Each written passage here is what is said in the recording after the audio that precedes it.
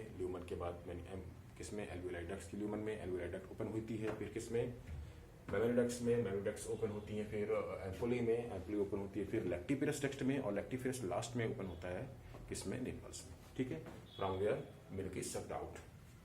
ठीक है, ओके। अब आते हैं हम इसका स्ट्रक्चर देख लेते हैं थोड़ा सा। मेमोरी डक्ट जो बनी हुई है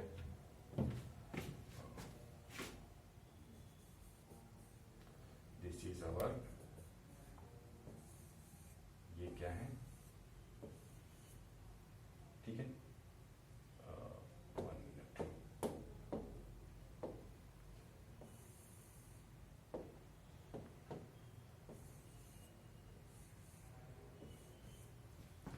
ठीक है, ये क्या है, दीज आर रिब्स। ये क्या है, intercostal muscles, intercostal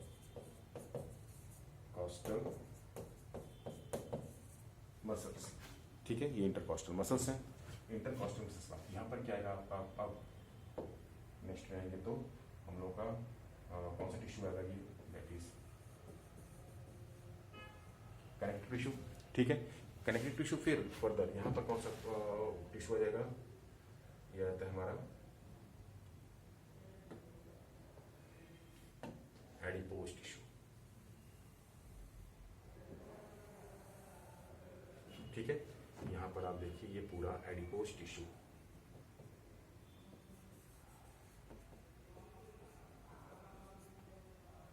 adipose tissue. ठीक है, एडिपोज टिश्यू में क्या होता है, इसमें क्या रहेंगे, एल्वियोलाई, ये फॉर्म करते हैं यहां पर, दीज आर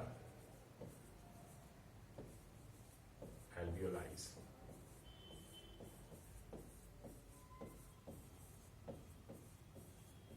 ठीक है, एल्वियोलाइज ओपन्स इनटू, किसमें ओपन होती है ये, एल्वियोलाई डक्ट में, they are opens into alveoli duct. Alveoli duct जो ओपन होती है किसमें ओपन होती है, फर्दर ओपन होती है, इसको हम अलग अलग ले लेते हैं। एल्वियोलाई डक्ट किसमें ओपन होती है, मेमोरी डक्ट्स में। तब ये कई एल्वियोलाई डक्ट आपस में मिलकर क्या बनाती हैं,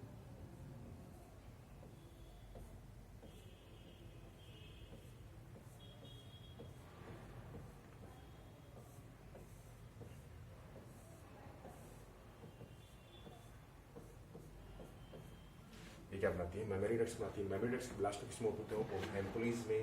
तो इसके बाद हम एम्पुली को दूसरे क्रम ले लेते हैं,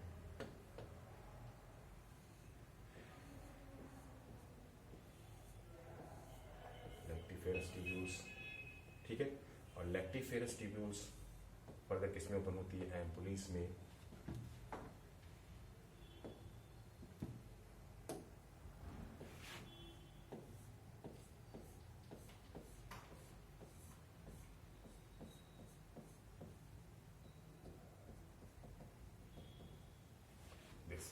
ठीक है, ये स्ट्रक्चर का ब्रेस्ट का लेबलिंग कर लेते हैं, यहाँ पर क्लियर हो जाएगा, आपको पूरा नाम क्लियर हो जाएगा। क्या है, एडिपोज टिश्यू। ठीक है, दीज आर एल्वियोलाई। ठीक है, these are alveoli duct. Okay, then mammary duct. Okay, mammary duct किसमें ओपन होती है, मेमोरी डक्ट ओपन होती है मेमोरी एम्पुला में। ठीक है, देखिए पहले मेमोरी एम्पुला। ठीक है, मेमोरी एम्पुला पर किसमें ओपन हुई, लेक्टिफेरस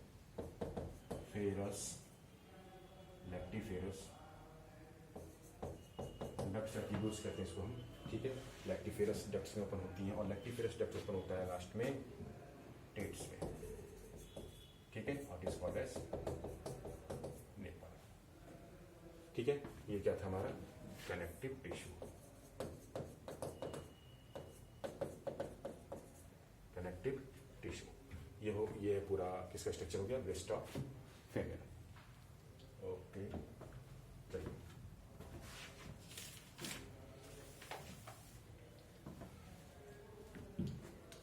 तो आज हमने जो देखा वो देखा था female reproductive system. Female reproductive system से रिलेटेड कोई भी डाउट होगा तो हम इसको फर्दर इसकी स्टडी करेंगे, ठीक है। इसके बाद आता है हमारा गैमेटोजेनेसिस। गैमेटोजेनेसिस तो गैमेटोजेनेसिस में मेल गैमेटोजेनेसिस तो बहुत ईजी है, वो तो हमने उसमें स्टडी किया था, फिर मैं बता दूंगा आपको। फीमेल गैमेटोजेनेसिस में क्या होता है वहाँ पर स्टडी कर लेते हैं हम लोग। फीमेल गैमेटोजेनेसिस जो होता है यहाँ पर कुछ स्पेसिफिक अरेस्टेड पीरियड होते हैं, ठीक है। सबसे पहले यहाँ पर देखते हैं हम लोग, चलो स्टार्ट करते हैं गैमेटोजेनेसिस, ठीक है। और गैमेटोजेनेसिस दो तरह की होती है यहाँ पर, एक स्पर्मेटोजेनेसिस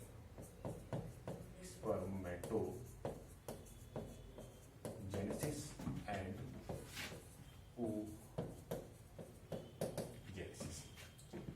स्पर्मेटोजेनेसिस में हो रही है मेल्स में स्पर्म फॉर्मेशन में, फीमेल्स में एग फॉर्मेशन में।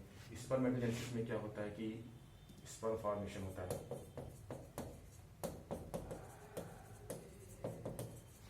और इसमें क्या होता है ओवम फॉर्मेशन, ओवम या जिसे कहते हैं हम लोग एग सेल फॉर्मेशन, ठीक है। ये दुआ हम यहाँ पर देखने स्टार्ट करते हैं oogenesis, ठीक है। क्या स्टार्ट करेंगे oogenesis, चलिए।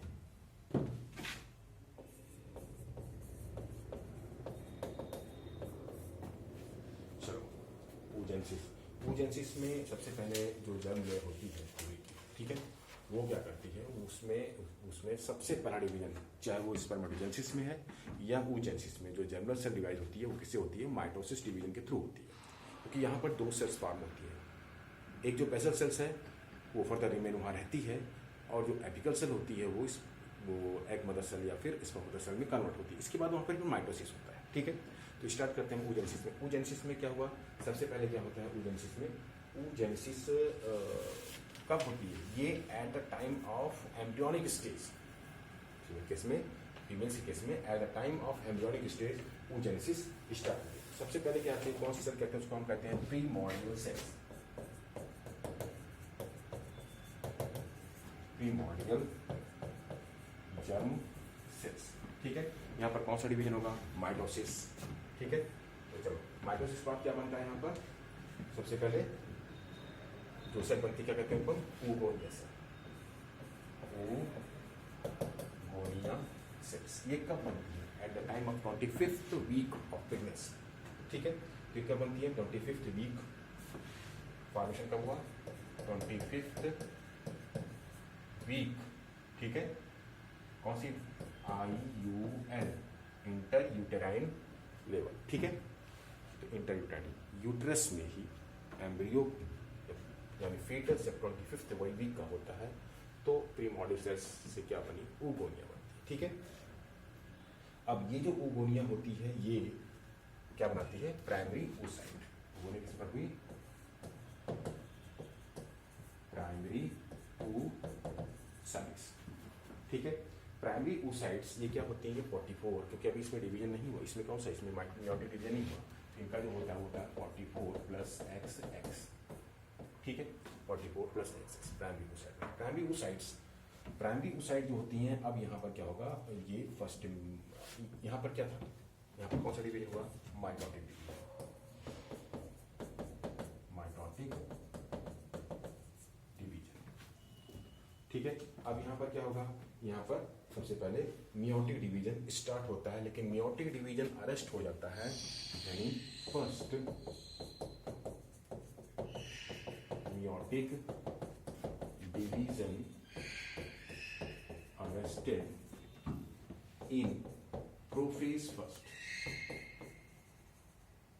प्रोफेज फर्स्ट, ठीक है।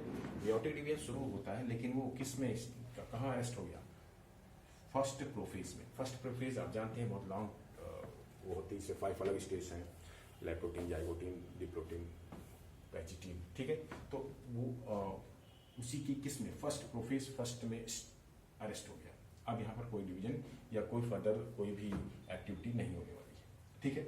और ये कब तक अरेस्ट रहेगा, ये अरेस्ट रहता है प्यूबर्टी एज तक, ठीक है। कब तक अरेस्ट रहेगा, प्यूबर्टी एज तक, प्यूबर्टी एज तक, ठीक है, टिल अंटिल प्यूबर्टी एज आ जाए, ठीक है। प्यूबर्टी एज तक अब ये क्या होगा, उसमें अरेस्टेड हो गया। अब क्या होगा, प्यूबर्टी एज के बाद एमसी स्टार्ट होती है उस समय, ठीक है। अब क्या होता है, ग्रेफिन फॉलिकल मैच्योर होती है। At the time of maturation of Graafian follicle क्या हुआ, ग्रेफियन फॉलिकल। जब मैच्योरेशन ऑफ ग्रेफियन फॉलिकल कब होगा, जब मेंस्ट्रुअल साइकिल स्टार्ट होती है, यानी प्यूबर्टी स्टार्ट होती है, उस समय क्या होता है, कंप्लीट होता है कौन सा, मेयोटिक फर्स्ट डिवीजन, ठीक है। तो क्या हुआ यहां पर, कंप्लीशन ऑफ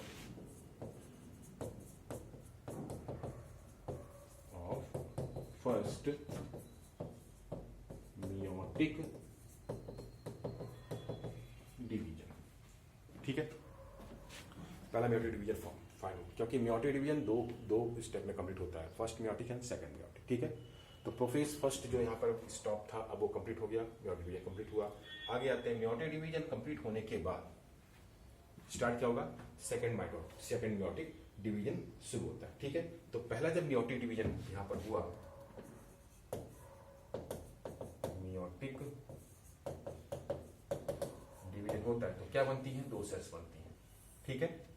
फर्स्ट जो मदर सेल है उसे कितनी बनी, पहले मेयोटिक डिवीजन 2 सेल बनती है, सेकंड मेयोटिक डिवीजन फिर 2 सेल बनती है, ठीक है। यानी 4 डॉटर सेल्स फॉर्म होती है, तो आप जानते हैं। तो यहाँ पर 2 सेल बनती हैं, एक सेल यहाँ पर क्या होगी, पोलर बॉडी, क्या किसमें कौन होती है, पोलर बॉडी है पोलर सेल्स में, ठीक है। अनइक्वल डिवीजन होता है, जिसमें लार्ज साइटोप्लाज्म होगा वो एक्स सेल या ओवम सेल बनाएगी, और जिसमें स्मॉल अमाउंट होगा वो क्या बनाती है, पोलर बॉडी बनाती है, ठीक है। तो ये क्या हो गया, 22 + x, ठीक है, पोलर बॉडी बनी। ये बाद में क्या होगा, डीजेनरेट हो जाती है, ठीक है। और दूसरा क्या बनाती है हमारी, एक्स सेल या फिर ओवम सेल, ठीक है। जो एक्स सेल या ओवम सेल बनती है, इसको हम अभी क्या कह रहे हैं, अभी क्योंकि एक्स सेल नहीं बनी है, इसको कहते हैं secondary oocyte। Primary oocyte convert into secondary oocyte cell. ये भी क्या होती है, 22 + x, इसमें लार्ज अमाउंट ऑफ साइटोप्लाज्म। अब ये फर्दर डिवाइड, ये क्या हुई, ये डिवाइड भी हो सकती है 2 पोलर बॉडीज में, या फिर डीजेनरेट भी हो सकती है, ठीक है। तो अगर डिवाइड होगी तो 2 पोलर बॉडी बनेंगी, 22 + x, 22 + x, और ये फर्दर क्या होती है, डीजेनरेट्स, ये डीजेनरेट हो जाती है, ठीक है। यहां पर जो सेकेंडरी oocyte सेल होती है, जो सेकेंडरी oocyte बनी, अब ये सेकेंडरी oocyte क्या होती है, ये सेकेंड मेयोटिक जो फेज होता है उसको कंप्लीट करती है, ठीक है। तो अब यहाँ पर क्या हुआ, सेकेंड मेयोटिक फेज शुरू हुआ, लेकिन फिर अरेस्ट हो गया, स्टार्ट हुआ लेकिन फिर स्टॉप हो गया। तो second meiotic division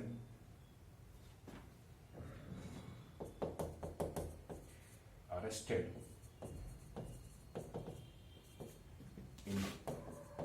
in metaphase. Metaphase condition, पहले में क्या था, प्रोफेज कंडीशन में अरेस्ट हुआ था, ठीक है। यहां पर किसमें अरेस्ट हो गया, मेटाफेज कंडीशन में, जब सारे क्रोमोसोम्स इक्वेटर पर आकर, सेल इक्वेटर पर आकर, हम कह सकते हैं मिडिल लाइन पर, ठीक है, आकर स्टोर हो जाते हैं वहां पर, ठीक है। तो अरेस्ट हो गया। अब ये डिवीजन कब होगा, कब कंप्लीट होगा, अगर फर्टिलाइजेशन होगा तो कंप्लीट होगा, नहीं होगा तो फिर कंप्लीट नहीं होगा, ठीक है। अब क्या होता है, यहाँ पर देखिए सेकेंडरी oocyte केस में अरेस्ट हो गई, अरेस्ट होने के बाद क्या होता है, ओव्यूलेशन होगा, ठीक है। ओव्यूलेशन के बाद क्या हुआ, मान लीजिए आपने लिखते हैं ओव्यूलेशन। ओव्यूलेशन के बाद 2 स्टेप, 2 कंडीशन बनती है, या तो इसमें फर्टिलाइजेशन होगा या फिर इसमें फर्टिलाइजेशन नहीं होगा, ठीक है। अगर फर्टिलाइजेशन नहीं होता है, नॉट फर्टिलाइज्ड, तो क्या होगा, ये डिस्ट्रॉय हो जाएगा, रैप्चर हो जाएगा, ठीक है। और अगर फर्टिलाइजेशन होता है, इफ फर्टिलाइज्ड, तो क्या होगा, यहाँ पर फर्टिलाइजेशन जैसे ही होता है तुरंत इसमें डिवीजन हो जाता है, कंप्लीट हो जाता है, मेटाफेज कंप्लीट होता है। तो यहाँ पर फिर 2 सेल बनती हैं, एक को कहते हैं हम ओवम एग सेल, ठीक है, और दूसरी क्या बनाती है, फिर पोलर बॉडी बनाती है, ठीक है, 22 + x, और ये क्या होता है, 22 + x, ठीक है। यहाँ पर 4 डॉटर सेल्स फॉर्म हो रही हैं, लेकिन 3 पोलर बॉडी बनती हैं जो डीजेनरेट हो जाती हैं। एक जो फर्टिलाइज होती है वही एक्स सेल होती है। लार्ज अमाउंट ऑफ साइटोप्लाज्म किसमें रहता है, ये एक्स सेल या ओवम सेल रहता है, ठीक है, ओवन किस में कन्वर्ट हो गया, एक्सेल। अगर फर्टिलाइजेशन हुआ तो ये जो डिवीजन है कंप्लीट होगा, अगर फर्टिलाइजेशन नहीं होता तो डिवीजन नहीं होता है और ये रैप्चर हो जाती है या फिर डिस्ट्रॉय हो जाती है। नॉट फर्टिलाइज तो डिस्ट्रॉयड, ठीक है, और बाद में मेंस्ट्रुअल साइकिल के थ्रू बॉडी से बाहर चल जाती है। तो ये तो हो गया oogenesis। oogenesis में क्या हुआ, primordial cells convert into oogonia। किसके थ्रू होती है oogonia बनती है, माइटोटिक डिवीजन होता है, और ये डिवीजन कब होता है, at the time of pregnancy, embryonic stage में। एम्ब्रियोनिक स्टेज में इसके बाद फिर फर्स्ट मियोटिक डिवीजन भी होता है। फर्स्ट मियोटिक डिवीजन जो होता है वो अरेस्ट हो जाता है किसमें, प्रोफेज फर्स्ट में, ठीक है। इसके बाद वो अरेस्ट रहता है कब तक, प्यूबर्टी की एज तक, और प्यूबर्टी की एज आने के बाद जब मेंस्ट्रुअल साइकिल स्टार्ट होती है तब फिर उसका वो डिवीजन कंप्लीट होता है, मतलब मियोसिस फर्स्ट कंप्लीट होता है, ठीक है। और वो जो प्राइमरी oocyte है वो किसमें कन्वर्ट होती है, फिर हमारी बन जाती है सेकेंडरी oocyte में। और दो सेल फॉर्म होती हैं, एक को कहते हैं सेकेंडरी oocyte, दूसरे कहते हैं polar body. Polar body further divide भी हो सकती है, डिजेनरेट भी हो सकती है। अगर डिवाइड होगी तो दो पोलर बॉडी बनाएगी, ठीक है, जो बाद में डिजेनरेट हो जाती है, अल्टीमेटली बाद में डिजेनरेट होती है। लेकिन जो सेकेंडरी oocyte है ये फिर इसमें फिर सेकंड स्टेप शुरू होती है मियोटिक डिवीजन की। फर्स्ट कंप्लीट हो गई थी, 2 सेल बनी थी, ठीक है, इसके बाद एक सेल और एक डिवीजन और होना है। तो जो सेकंड डिवीजन होता है यहाँ फिर फर्दर ये 2 पार्ट में डिवाइड होती है, ठीक है, लेकिन 2 पार्ट में डिवाइड होती है, लेकिन इससे पहले ये second mitotic division, second meiotic division में मेटाफेज में फिर अरेस्ट हो जाती है। अब जो अरेस्ट हो रहा है प्यूबर्टी के बाद, ओव्यूलेशन के बाद तक, ठीक है, यानी अब जो अरेस्ट हुआ मेटाफेज कंडीशन में, ये ओव्यूलेशन हुआ, उसके बाद ये अरेस्ट ही है। ये कब कंप्लीट होगी सेकंड फेज, जब फर्टिलाइजेशन होगा। अगर फर्टिलाइजेशन हुआ तो कंप्लीट होगी, फर्टिलाइजेशन नहीं होता है तो ये फेज कंप्लीट नहीं होती है, ठीक है।